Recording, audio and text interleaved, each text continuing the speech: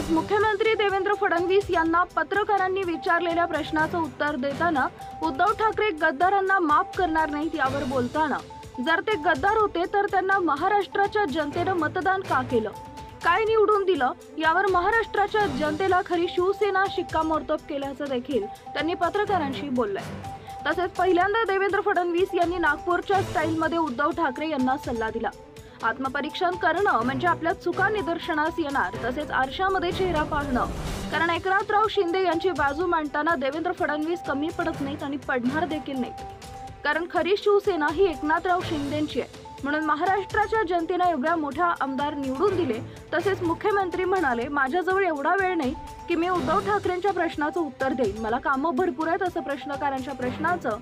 पत्रकारांच्या प्रश्नाचं सडेतोड उत्तर दिलंय। अशा प्रकारे गद्दारांना आणि एकंदरीत महाराष्ट्रद्रोहींना पापाचं क्षालन करता येणार नाही असे उद्धव ठाकरे म्हणतायत। आणि दुसरी महत्वाची गोष्ट म्हणजे साहित्य संमेलनातला दाखला दिला त्यांनी, बटेंगे तो कटेंगे म्हणणार एक समोर शमीमा अख्तरांनी ज्या प्रकारे मराठी भाषा गीत गायलेलं आहे, त्यांना आता तुम्ही काय उत्तर द्याल?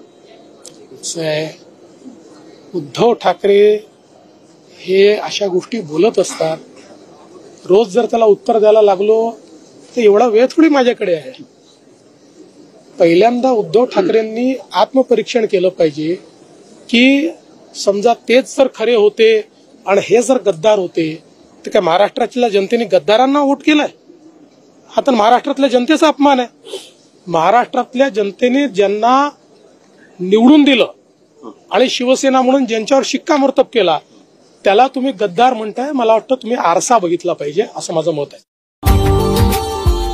Subscribe now and press the bell icon.